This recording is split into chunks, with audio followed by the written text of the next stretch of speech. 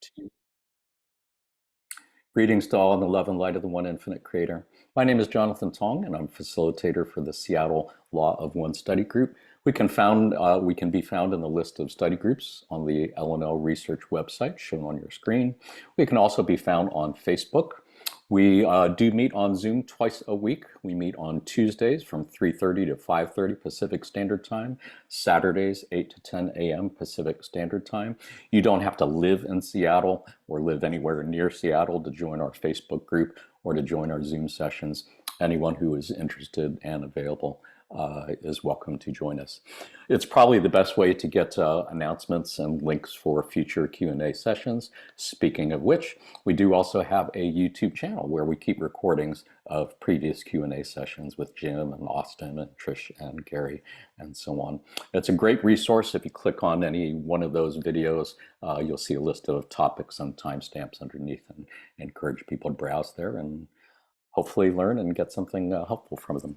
And today we are blessed again to be joined by Mr. Jim McCarty for some informal conversation and questions and answers about the Law of One. How are you doing today, Jim? Oh, I'm doing well. It's a bright sunny day. I've got my sprinkler going to water some of my flowers because we haven't had rain in a while. But it's all part of the process of gardening. So it's what you need to do, and I'm happy to do it. Indeed. Such a blessing and a joy. And I hear you had your annual homecoming event in Louisville about a week ago. How did it go? We had it in May instead of in September. I think one of the reasons was that Gary and Austin and Trish are going to be going to Prague and then Berlin later in the summer. They thought if they could get the homecoming completed, that would be something that they had time to do now. They might not have time to do it later. So we had a great time. I think it was probably one of the best homecomings I remember. There were so many inspiring presentations, and the people that show up are always so open-hearted, and so spiritually oriented. And I hadn't met about half of the folks before the homecoming that did come, and I was really glad to be able to meet some new folks. And that was the situation with our public channeling meditations as well. We're getting people that I hadn't met before, but then new friends become old friends, and that's the process. And I'm glad to make a lot of new friends this past week. Yeah, it was just a week ago right now. We were in full gear. Indeed. Yeah, what a beautiful thing. And so great to hear. I know Morris said this was also one of the best homecoming events he's been to as well. And he has been to many. So thank you so much for opening up your home and your gardens and your sacred space to everyone that way. And many thanks to Trish and Gary and Austin for the huge amount of work they must have did in organizing that event, as well as the Prague event coming up, and as well as the Seattle event coming up in October. Right. Yeah. Really special to be able to have that opportunity for folks on the West Coast to connect. So yeah, this would be the first time to go that far west. I mean, any further west in Louisville is as far as we've ever been before. So this is way far west. That's a big leap. Yeah, really joy. Looking forward to that one myself for sure. And I do want to encourage folks to check out the LLL Research website and look at the Connect link and find study groups. There's so many different study groups for the Law of One around the country, around the world, and the more and more that people connect this way, either online or in person, I think the sooner that we can bring in that fourth density that so many of us are yearning for.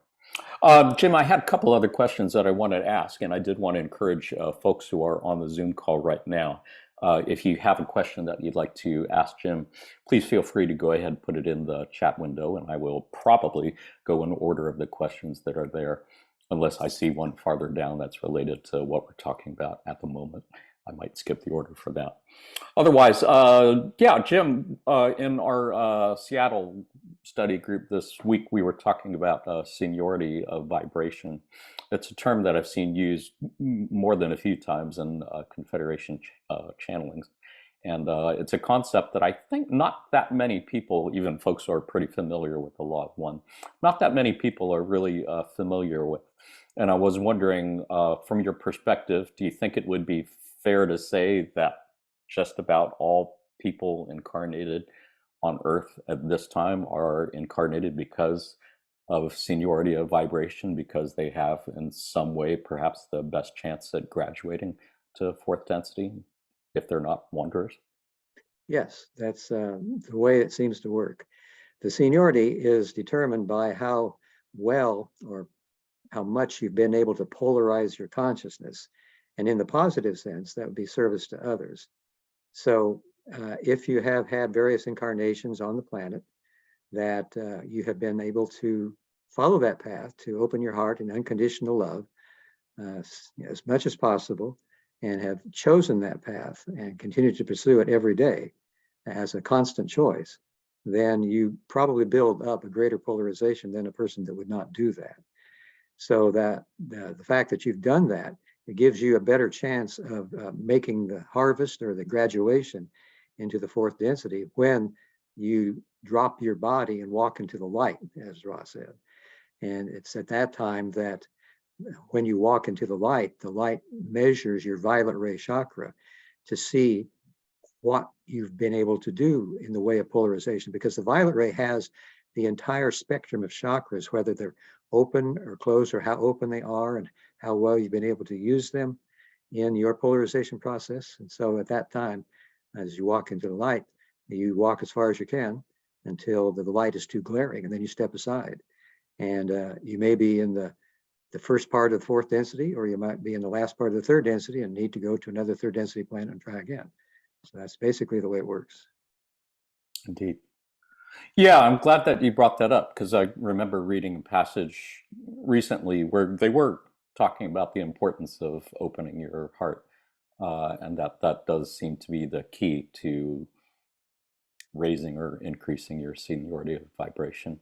Do you think it would be fair to say that that seems to be perhaps the key to all of our work in this incarnation, in some fashion, that opening of the heart to universal love?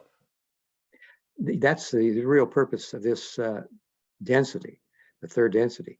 But the red, orange, and yellow chakras have to be opened and clear as much as possible in order to be able to make your movement, you might say, into the heart. You have to continue to do the work that is related to each of those three lower energy centers. They're the foundation of what happens. And then when you move into the heart can allow you to springboard, shall we say, into the higher energy centers and do the work of the adept in the blue and the indigo. But you need to do the work in the lower ones and continue to do that work. That's a continuing choice. Indeed. Yeah, thank you for the clarification on that. And I know that's something that you are going to be writing about quite a bit more in your Living the Law of One 102 book, I believe, on the inner work. Go ahead. The outer work. Outer work. Writing about that in both books. Right. Yeah. Curtis, I saw you had your hand up. Did you have a follow-up question on this topic? Yes. You said we have to work on our red, orange, and yellow chakras. The red chakra is the one for survival. So, and how, I'm trying to understand, are we supposed to be comfortable with survival, or, because to me, survival is place to live, you're okay financially, you feel secure. So is that something that has to be balanced? So if somebody is struggling for work or something, that chakra is out of balance? Not exactly. The work and living with other people is usually in the orange, especially, and also the yellow. The red deals with, as you said, physical survival and sexual reproduction.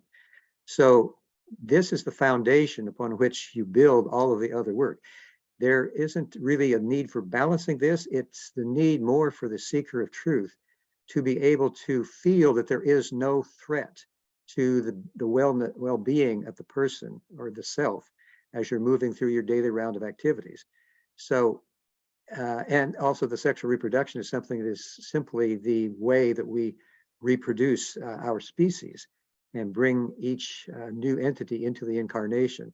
So there isn't a lot of work that is done there. It's just that has to be accepted as what it is. It's the foundation. And the other work that you mentioned, work in the orange ray of your own eccentricities, your own qualities that make you who you are, your initial ability to accept yourself as you are.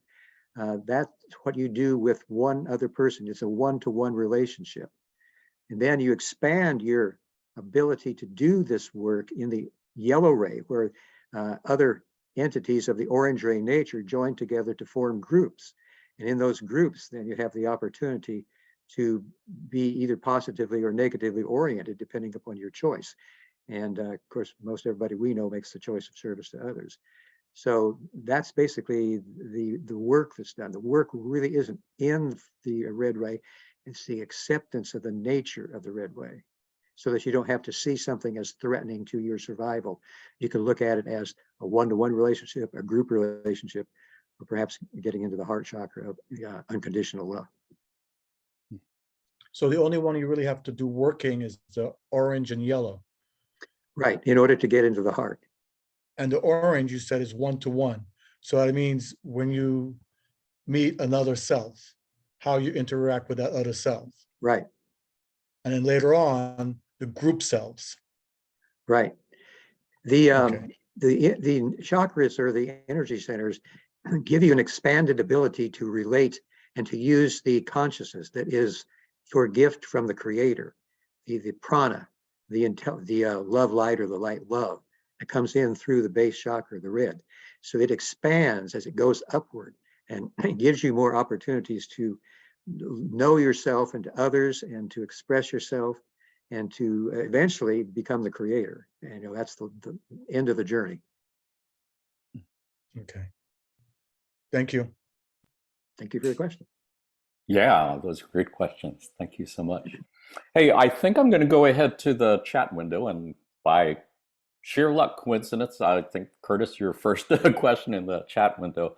And I did want to encourage other folks on the Zoom call, if you have a question that you'd like to ask Jim, if you would go ahead and type it in the chat window. I'll just pretty much go in the order that I see them.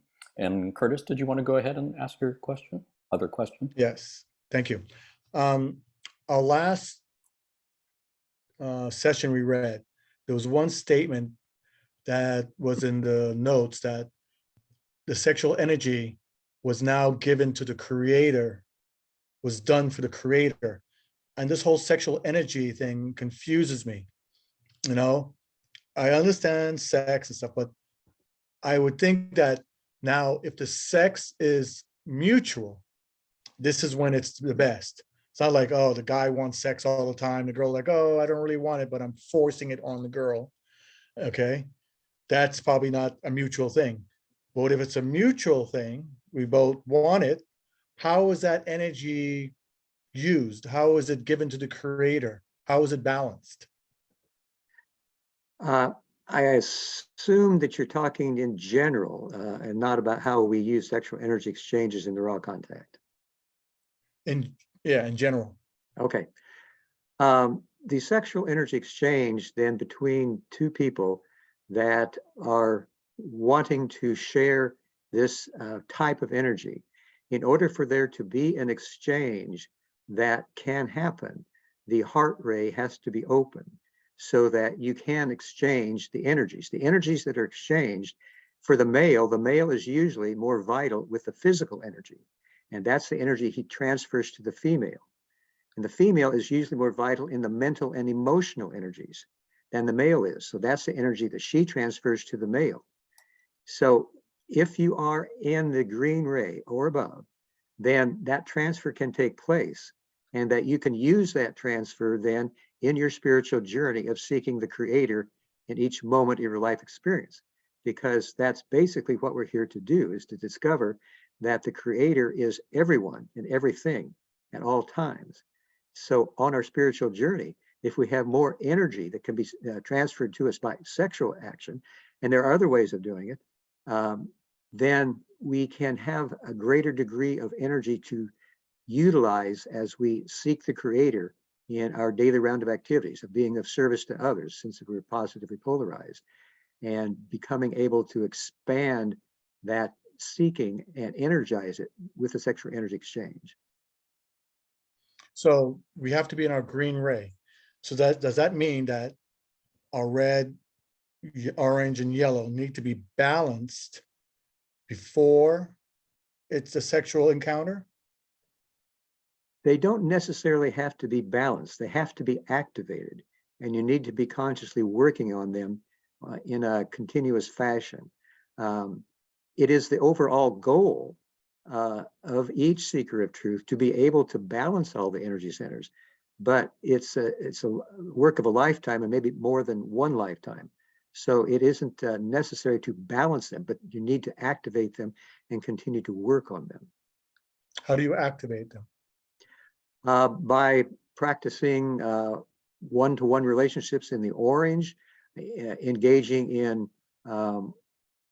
positive activities with one other person.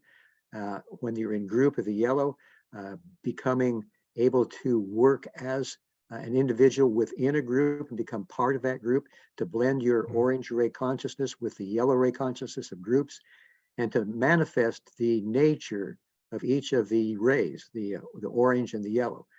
That activates them so that you can work on them and eventually perhaps balance them. But basically continue that work on them so that it is possible then to move into the green ray energy center. Okay, so as long as you're working and activating them, you should be in the green ray because you're doing positive work in those centers. Right, that can give you the entry then into the green ray. It's a work that it's not a one and done thing. It's something even after you get into the green ray energy center, you need to continue to work in the lower energy centers. It is a process that continually goes on, that you're always working on them in some fashion. Okay. Trying to balance and purify and strengthen. And the sexual energy to give to the creator, I'm trying to understand mentally, how was that thought of?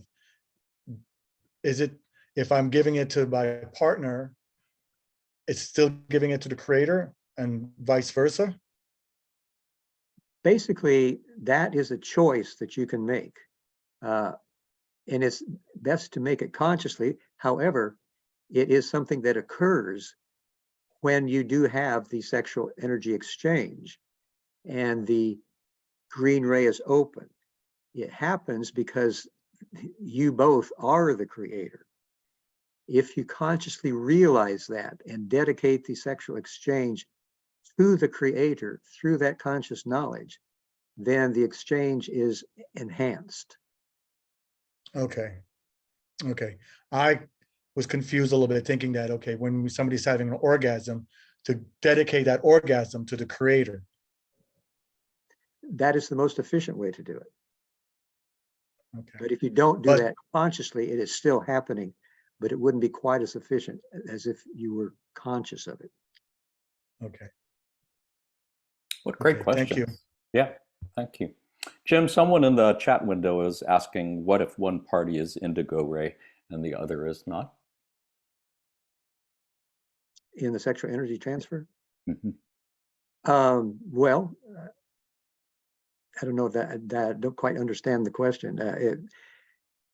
People's various rays above the green would allow them to experience the orgasm in a greater quantity and quality, basically quality. If they're not an indigo, then if they're blue or green, they're still experiencing a great deal of energy exchange. It just would not be as strong, you might say, or as purified. That makes sense. Yeah, kind of like what you were saying of being conscious about it as opposed to unconscious. I'm going to go ahead to the next question in the chat window. I see Jeffrey has a question about channeling. Would you like to unmute your mic and ask Jeffrey? Yeah, I hope I can be heard okay. Mm-hmm. Jim. Yeah, just curious, how might one become open to just the right energies to channel or connect with? Is there a process that we can take ourselves through in order to perhaps access just the right energy for us? Because I know everybody's unique, and perhaps some people will channel their own higher self or an extraterrestrial or perhaps an angelic or whomever. I know there's many different kinds. What process might we take ourselves through to discover that best connection? Well, I think the first part of the process for channeling your higher self or a guide would be your desire to do that. And also, it would probably be necessary for your higher self or any guides, Ross said we had 3 guides, to answer your call, to want to channel through you. And that is something that would be unique for each person. And I don't think there's really any process beyond that that I could suggest. But when you come to channeling extraterrestrials, there is a very involved process. And it's not something that any person can do by themselves. There has to be at least 3 people in the group to provide protection and the purification of the group energies. And then Carla developed an entire process back in 2008 that you can find on our website, on the channeling web, just channeling. You can Google that and find what Carla had to say about it, where you have to determine what it is. Basically, the first thing you determine what it is that is the heart of your spiritual journey. For Carla, it was Jesus Christ. She had experiences with Jesus when she was 2 years old, and for the rest of her life, she would challenge any entity that wanted to come speak through her in the name of Jesus Christ. Now, that quality that you determine is the heart of your being is something then that you have to be able to utilize in other ways. There's a tuning process that everyone goes through. You have to be able to call upon your guides or any presences, I call upon Carla when I'm channeling, that can help you in this process to tune. The tuning of your instrument is the very first thing that you do. So just like a musical instrument, you're ready to perform a program with an instrument, musical or channeling. Near and dear to my heart. And then there's also visualizing your guides in, Carla called it a workroom, so that you invite your guide to sit with you there and to help you with your tuning process. And then after that is done, and the group has also been able to tune itself, we usually use inspirational music, sometimes oming. Then the channeling process can be undertaken. But once again, as soon as when we channel Quo, for example, we have to go through the challenging process after we're aware that Quo's ready to speak through us, to be sure we know who we have on the line. Because when we come to extraterrestrials, there are positive and negative entities that could channel through you. You want the positive ones, you don't want the negative ones, but the negative ones have the right in the balancing process of planet Earth to offer their information just as much as do the positive. So you have to be the one to determine who you've got by challenging. And when like Carla was challenging in the name of Jesus Christ, that was just like having Jesus standing next to her. And so no one would lie to Jesus or to any quality or entity, Buddha or Krishna or whoever you want to challenge in the name of. They would not lie to them because those are well known on all levels of existence. So that's basically it. The channeling extraterrestrials is something you have to have a group to do. Channeling your guides or your higher self is something you can do on your own, because your guide provides the protection for your higher self. Thank you very much. That's wonderful. Thank you, Jim. Thank you for the question.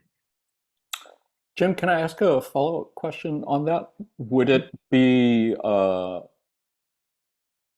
effective at all to challenge in the name of Jesus if you didn't necessarily believe wholeheartedly in Jesus, devoted your life to Jesus, would die for Jesus as Carla would? Is invoking the presence of Jesus enough to serve as a challenge, even if you don't have that heart connection? No.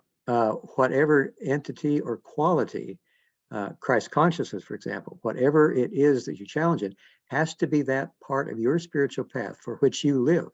and would gladly die. You have to be very involved in it. It has to mean everything to you. Would it be fair to say that's because you're trying to achieve that vibrational state that is necessary for the contact to happen? Right.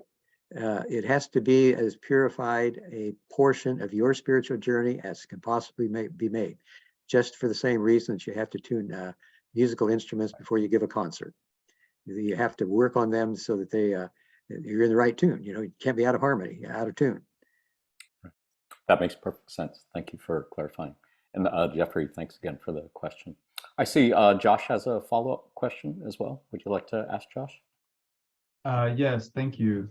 On that concept, let's say you're not channeling, you're not doing a tuning process and preparation of anything, but you're out on a day and you notice you have a lot of negative energy around you, perhaps some negative greetings and entities, you know, getting to you. Would invoking that Jesus Christ or Christ consciousness to get that feeling aid in sort of shielding or banishing those negative entities with you in the middle of the day? In general, I'd say that would be something that you could do, but more specifically, Ross suggested when we had to deal with negative entities, especially our fifth density negative friend who wanted to stop the raw contact, that it was advised that we use meditation and then we visualize the entity that was, you just imagine them, we send them love and light. Then we see the way that the psychic greeting is occurring, whatever's happening that makes you aware that you're being greeted negatively. Send love and light to that as well. And then surround yourself with an armor of light. That was the way that Ross suggested we deal with negative greetings. Thank you very much. Thank you, Joshua. Good to see you again. Yes, good to see you. Thank you so much for homecoming. Amazing experience. Thank you for your pyramids. Yeah, what a joy. Thanks again for the question, Josh, and thanks for facilitating your Reading the Law of One group, another one of those great Law of One study groups that meet regularly. And they can also be found on the LLL Research website in the list of study groups. Aram, I saw you had a question. Did you want to unmute your mic and ask? Yeah. Hi, Jim. It's good to see you. Good to see you too. So my question is about being service to other self versus infringing on free will. So I've met people recently that I suspect are wanderers, and I see them suffering a lot because they don't realize that they might be wanderers. And I wonder, is it, you know, I wonder how I can be of service to them without infringing on their free will. Like sometimes I hold myself back from directly sharing the Law of One because, you know, I'm wondering, is their catalyst supposed to bring them, you know, naturally to the Law of One, or am I part of that journey for them?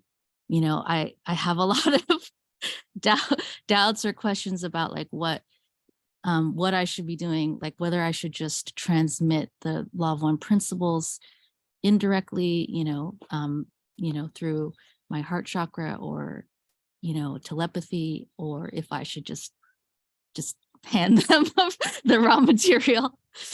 Yeah, that's my question. Well, that's a good question because, you know, there is a lot of suffering in the world, and wanderers tend to suffer a good deal because the third density vibrations here on Earth, especially now, are not very conducive to having a positive experience. There's a lot of difficulty with the dissension between peoples and so forth. So I think probably the best thing that you can do is if you get into a conversation with them, talking to them about how they're doing, what's going on in their life, and you discover, you know, they share with you that this or that is really hard to deal with and I don't know what to do about it. Drop a breadcrumb. Tell them a little bit about what you would do and why you would do it. And see if they want to talk more about it, see if it makes any sense to them, and just keep moving along that path for as long as it feels like you have their interest and they want to know what you have to say. If they don't respond in a way that suggests that they're interested in what you're saying, then you just sort of have to let it go. Otherwise, that could be an infringement on free will. Although you're not in a position of power, and you wouldn't, force them to be positive, because that's not the positive path. So it wouldn't really be an infringement if you went a little further than they wanted to go, but it might not be helpful. As long as you're going as far as they want to go and keep going, then that's the way to be helpful in service to others. Okay, thank you. Thank you for your question. Great question. Thank you. Daniel, would you like to unmute your mic and ask your question? Yes, thank you. Good morning or afternoon, everyone. Jim. Let's see. I'm familiar with the basic concepts of walking the steps of light and so forth. And then there was a quote from Quo on the Seattle website that made me wonder about something.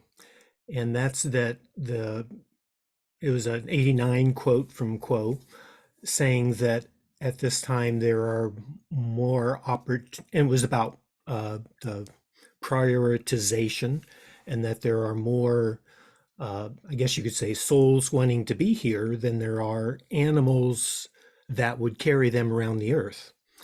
And then I thought, I wonder if our body consciousness is more akin to our pets. And we've had discussions about our pets evolving to third density from second density through love relationships and so forth. And then I thought, I wonder, upon our transitioning, is the body consciousness a separate being that has perhaps its own evolutionary process, or is it tied to us still after that point? I'm kind of unclear now. Well, that's a really good question, because I'm not familiar with that particular quote, that there weren't enough bodies available for those who wish to incarnate. Because as far as I know, before our incarnations, we choose our bodies, the type of body that we want to have that will allow us to travel the journey that we want to travel, depending upon the lessons we have yet to learn. So I got to say that I don't know any more than that. The body complex is, we've got 8 billion people on the planet right now. Back when we had the raw contact, there were 4 billion. So it seems like there should be enough bodies for everybody. And I'm sorry I can't give an answer to the question that deals with exactly why there weren't enough bodies, because it seems like there are enough bodies. There should be. Actually, my question isn't about that portion of it. It's more that triggered a curiosity in me about the nature of our body consciousness. Okay. As a comparable to a second density animal being that is it evolving in its own growth of self-awareness, or is it still tied to us upon death? As far as I know, the body is the creature of the mind. The mind creates the body before the incarnation and utilizes the body in the evolution of the soul. So we're mind, body, spirit, or soul complexes that the body can be a way of learning and receiving catalyst that has not been processed by the mind. So that if the mind is not utilizing the catalyst, that the body then would get a symbolic representation, a problem that would develop within the body to let the mind know that the catalyst that the mind had not used. So in that way, the body helps the overall growth of the soul or the spirit. But I don't believe that the body has its own particular pattern of growth and proceeds along a journey on its own. It is that which allows us as a mind, body, spirit complex to move about within the third density and to have these experiences that help us to grow as we process the catalyst that comes our way. Great. Yeah, it was just the way that Quo kind of made it sound like we jump on board an animal to ride around. And then I thought, oh, well, maybe it has its own path of evolution that's I wasn't aware of up till now. I don't know. Thank you. Well, thank you. That was a good question. That is an interesting question. Thank you. I see Josh also has a question about steps of light. Would you like to ask your question, Josh? Yes, thank you very much. In regards to you were talking about earlier, walking the steps or path of light till it gets brighter and brighter, too intense, you have to step to the side, and which kind of determines your spiritual evolution place or your density or something like that.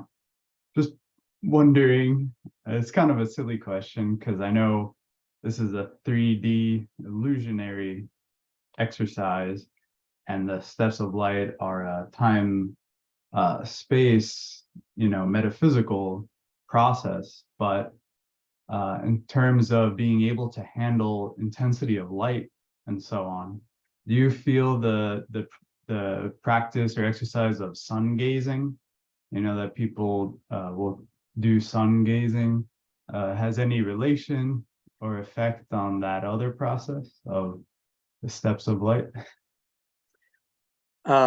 I have to say that I do not know. I doubt that it has anything to do with walking the steps of light. Sun gazing is something I've heard about, and I don't really know how it works or what the process is, because I've heard that you should not stare too long at the sun because it might not be good for your eyes, but I really don't know. So you probably know more about sun gazing than I do. Well, thank you. Yeah, I'm not an expert either, but I know you only do it like an hour at sunrise or sunset, so the light isn't damaging. But I just visualize in my mind that you're like receiving the love light energy from our logos, the sun, through the window of the soul and the eyes or whatever. But yeah, just curious. Yeah, well, it would be the same energy. You're right. The prana or love light, light love. And I imagine there could be a positive effect. Like you mentioned, sunrise or sunset, it wouldn't be as strong then.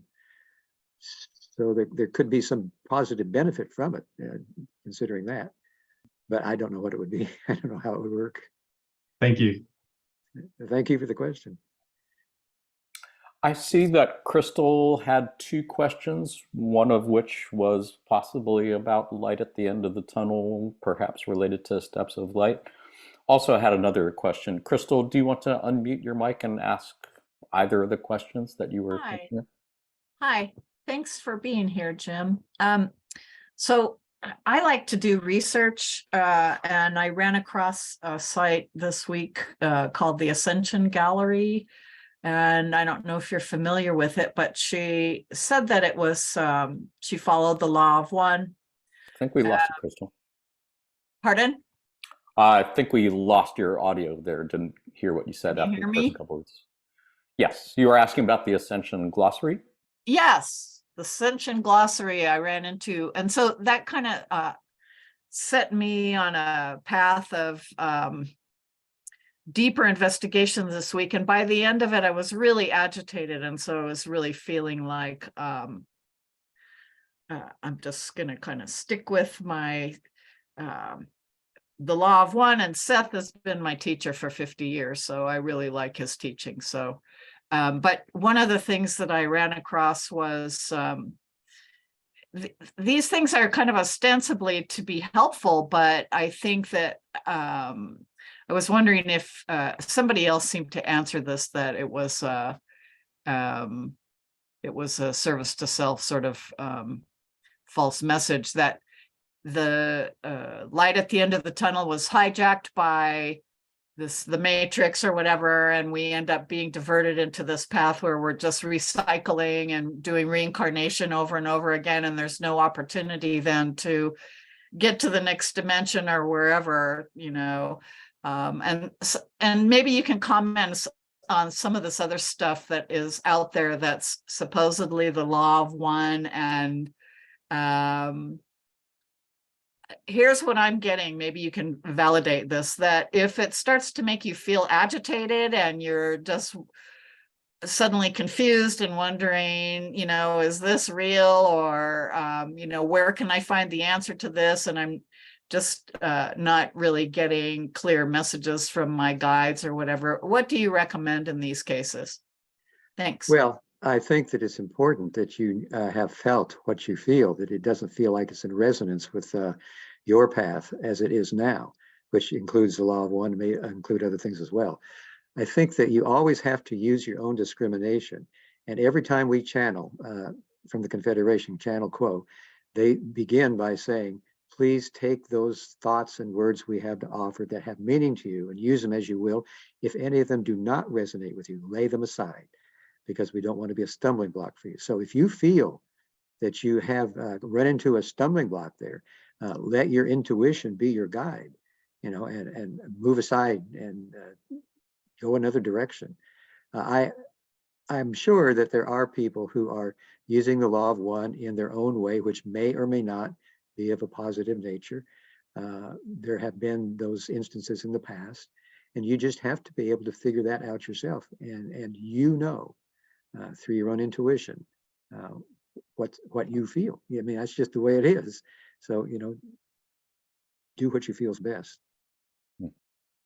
Indeed. Thank you. Crystal, are you good on that? Did you have any follow-ups on that? I just want to add that, so for 50 years, I've been studying Seth.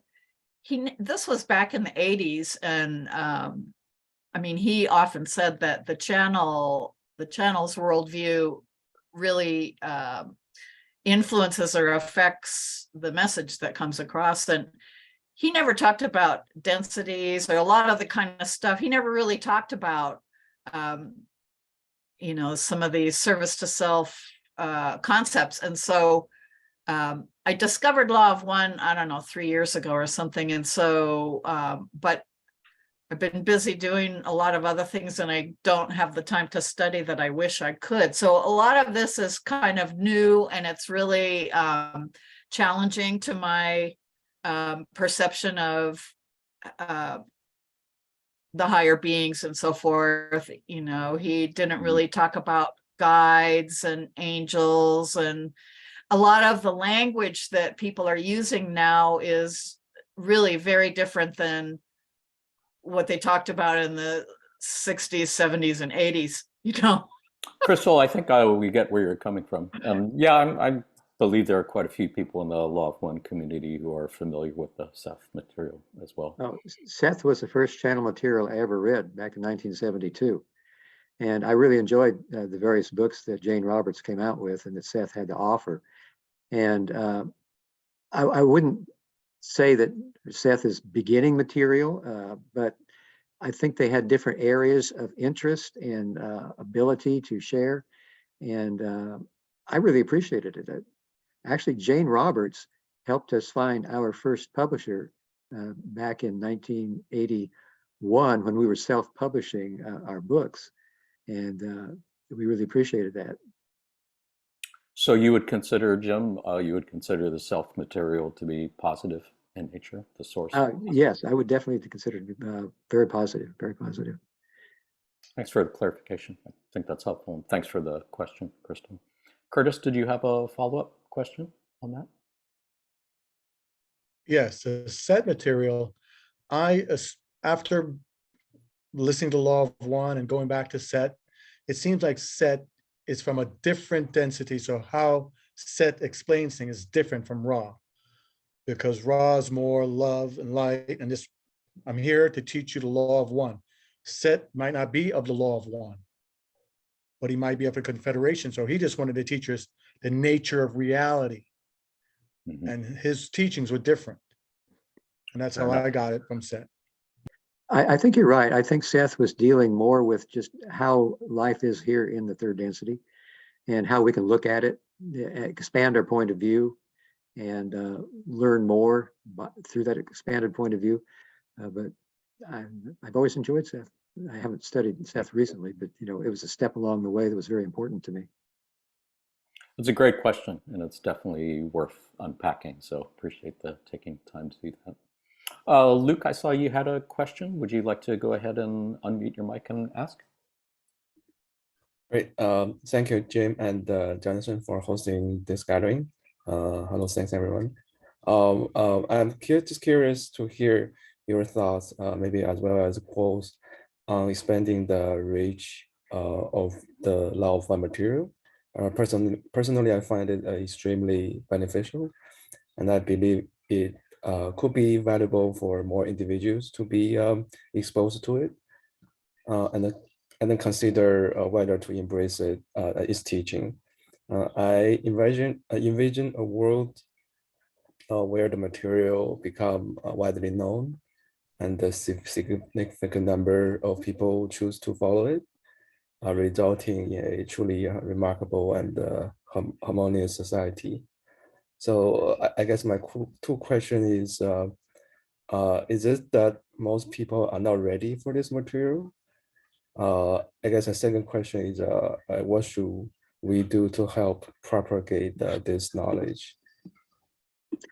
Well, in regard to your first question, I think that there are more and more people now that are really ready and investigating in the law of one. We have people around the world that are translating it into now 22 different languages. And each language introduces a whole new population into the possibility of studying the law of one.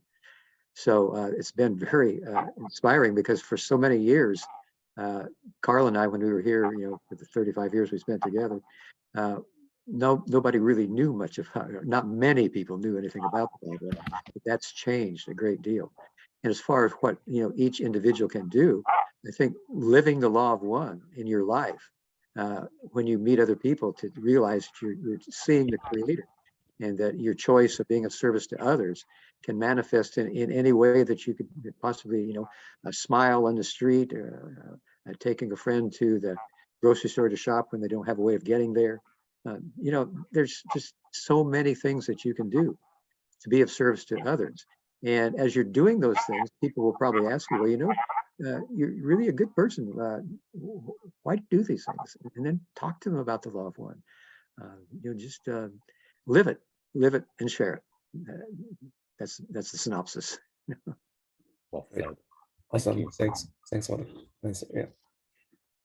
Let's see, folks, I did want to note that we are approaching the end of our time for today, like maybe about 10 more minutes. And I do see 3 more questions in the chat window, so we'll make sure we get to those 3 before we wrap things up. And I believe, Diane, you had a question?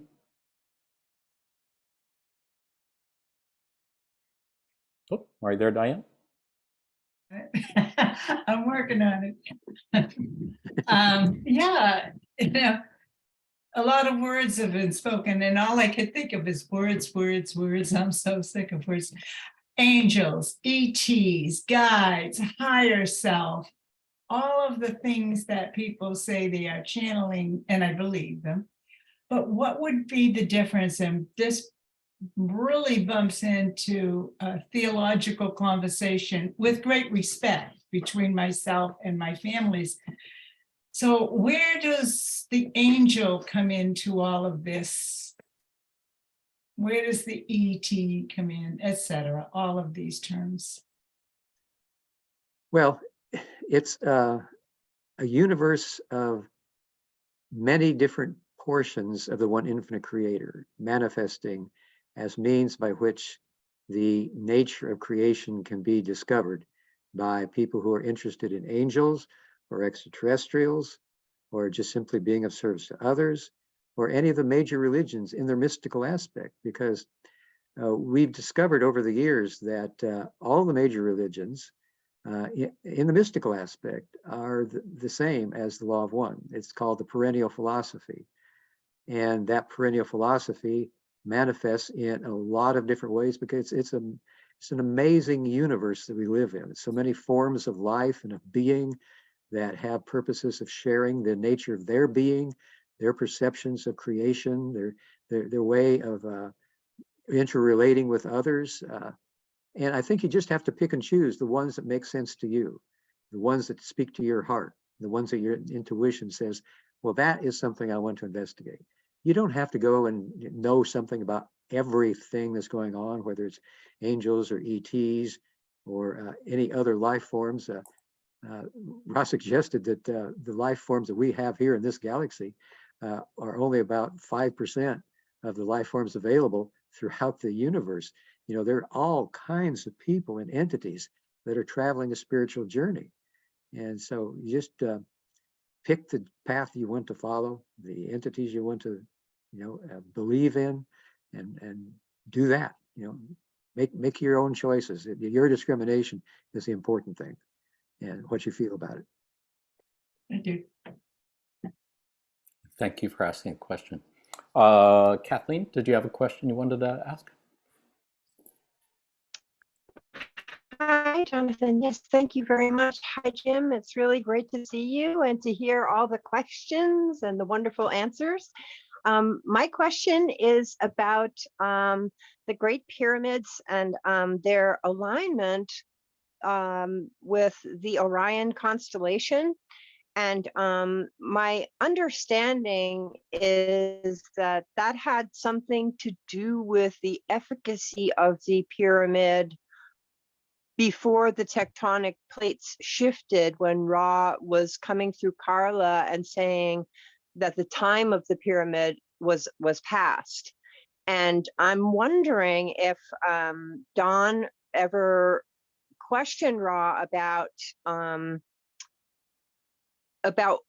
significance of that alignment with the Orion constellation, where the majority of the contact that seems to have taken place during the LLL Research contact with Ra seemed that most discussion or allusion to the Orion people were that they were service to self. So I guess my question really is about, why would the pyramids, which were to enlighten and to initiate, be aligned to a constellation of beings that were seemingly primarily service to self? Somebody told me that I was on a really wild goose chase, and that the law of one was That's a great formed question. by Satanists, and it really scared me. I was like, come on, this can't resonate in my heart of hearts as much as it does if it were not a really, really beautiful and necessary and perfect thing. So Great question. Any thoughts on that, Jim? First of all, I'm not aware of the Great Pyramid being aligned with the Orion constellation. It may or may not be. The Orion constellation is a large constellation that I am sure is the home of the negatively oriented entities. But it's a constellation that's large enough that if the pyramid happened to be aligned to some point in it, it would be a point which would be of value to the utilization of the pyramid for initiation and for healing. So as far as I know, Ross suggested that the pyramid at this time is out of tune, and that it doesn't have the ability to carry out the purposes for which it was created thousands of years ago. So that's the best answer I can give you. thank you. It really made sense to me that I mean, it's part of a very large constellation, and it kind of didn't make sense that just because it aligns with it perfectly now, which maybe it didn't back then, you know what I mean? Right. That means the contact and the material and everything else is somehow not valid. And of course, I don't believe that. I love the law of one, and I deeply appreciate your hard work, your efforts, and thank you very, very much for your answer. Well, thank you for your question. Thank you.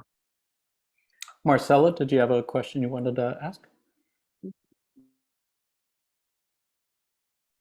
Oh, are you there, Marcelo? If you are speaking, Marcelo, we are not hearing you. I am not seeing you in the... Oh, there you are. Marcelo, if you're speaking, we are not hearing you, and it looks like your mic is working. Can I suggest you click on the little mic icon at the bottom of your Zoom window and maybe try using a different mic on your device? that good? Yeah, try talking again. Okay, how about now? Oh, there we go. Perfect. All right. So, Jim, I wanted to ask you a question for a while now, because I've been going into Advaita Vedanta, which is the Hindu path of knowledge, and it's called the direct path. And it sort of goes beyond all that is worldly, including many things that we don't consider worldly, but they are. And it's really the last step in spirituality in terms of liberation and moksha, what they call moksha or liberation. So, which pretty much makes you see and makes you realize that you are what Ra calls the creator or Brahman. And there is no more incarnations after that. So how does that match with the law of one and the densities? Well, I do not know anything, about that particular path, but I would suggest that there would be no more incarnations in the third density for a person who had realized the oneness with the Creator, had an enlightenment experience or moksha or samadhi. So there would be a continuing path through the fourth density on through the eighth density, but no more third density. All the lessons would have been learned. Uh-huh. So, for example, in Buddhism, for a person who discovers their Buddha nature and becomes that also applies to that. Right. Thank you. Thank you. Great question. Thank you. I believe we have time for one more question. And I saw that Lynn had one in the chat window that I didn't see before. Lynn, would you like to unmute your mic and ask your question? I've written it in the chat. Yeah, I'm just wait, sorry, it's quite distracting here. So I have a question. Let me see. I'm curious if there's an actual candle. Like I said in session 71, Ra said, the advantage of space-time is that working in darkness with a tiny candle, one may correct imbalances. I'm just wondering if there's an actual candle that does this, because I've tried it. And then what happened was it helped me to remove, I was getting psychic readings and I didn't know about it, but I suspected something was going on. And then, with the candle, I realized it. So apparently you could, for the candle, you can detect if it is a spiritual, it's astral forces too. Please see properly. So yeah, anyway, and it really helped me to remove whatever I was getting from the psychic reading. And my guide also, my astral guide, was encouraging me to use it and then led me to read about Ra. So that was how I came to know. So your question is whether when Ra said in session 71, the advantage of space-time is that working in darkness with a tiny candle, one may correct imbalances. Are you asking if it meant Yes, physical actually, candle? I've always been curious because I was led to book 3, and then when I read, and then I came to this part about the candle, and I felt like, I don't know, maybe it was talking to me, maybe not, or maybe I was just thinking too much. So I just want to find out. Yeah. Any thoughts on that, Jim? Yeah. In the third density, we are on the other side of the veil of forgetting. The real nature of reality is not apparent to us. But we have this knowing within ourselves that the Creator is there. And when we give some emphasis to that knowing and begin our conscious path of spiritual seeking, then we are likened to one who has a tiny candle that has this desire to know what the nature of reality is and how we can partake in it, how we can move along that path to become one with the Creator. So that knowing is likened to that candle that shows a path, and it might be a very tiny path, and yet there is that little bit of light that gives us the opportunity to move along the spiritual path and to become more and more the Creator as we do that. And as we do what Ra said, live the law of one, or live whatever spiritual principles are most important to us. because everybody lives within that veil of forgetting. And whether or not people ever become conscious seekers or not, that is the purpose of this third density illusion. And as you become aware of that, then that awareness is that candle. And it's a tiny candle, but it shows you just a little bit and a little bit here and a little bit there of how it all works and how we all fit together as the one infinite creator, and how we can discover that creator in ourselves and in each other as we travel that spiritual path. Indeed. Yeah, thanks so much. Great question. And whether we're talking about a physical candle or a metaphorical candle, good work either way. Oh no, yeah, it's because also at the same time, so I was asking the maker of the candle, I was about the origin. So he told me it was from Egypt. It was from extraterrestrial civilization. And my friend doesn't read. He doesn't read stuff like that. He's very bad dyslexia anyway. So I don't think he would have. I mean, he's a very good friend of mine from young. So I'm sure he has. I knowing him, he has too much integrity to fake something to tell me. So, but he wouldn't want to. I mean, he didn't want to confirm with me anything because he had an oath. I think he's not allowed to speak too much. But he did say. But he told me about ancient Egypt and and stuff and all that, and they actually came to Egypt to do from outer area, and so there were a couple of things that aligned. So that's why, yeah. Thank you. Yeah, thank you for asking your question. Did want to note that we are about at the end of our hour today, so wanted to thank everybody for coming in and, as always, asking wonderful questions. I have learned much this session and appreciate everyone being here. Jim, was there any last thoughts or reflections you wanted to share before we wrap up for today? Well, I want to thank everybody for your questions. They give me a chance to learn too. Sometimes, as we've had today, I have not been able to process some of the information, but I think that everybody's questions, together we help each other learn. And I hope I've helped you a little bit today. You've helped me. And I appreciate the chance to talk with you. We are each other's other self, and we can all help each other on this journey back into unity with the one infinite creator. And I thank you for your help today. And I hope all goes well with you. And I love you all. Thank you, Jim. Much love. Hey, Jimmy, good to see you. Yeah. Thanks so much, everybody, for joining us today. Did want to thank Jim, as always, for being here and sharing your time with us. Thank you for all you've done and continue to do in service to others.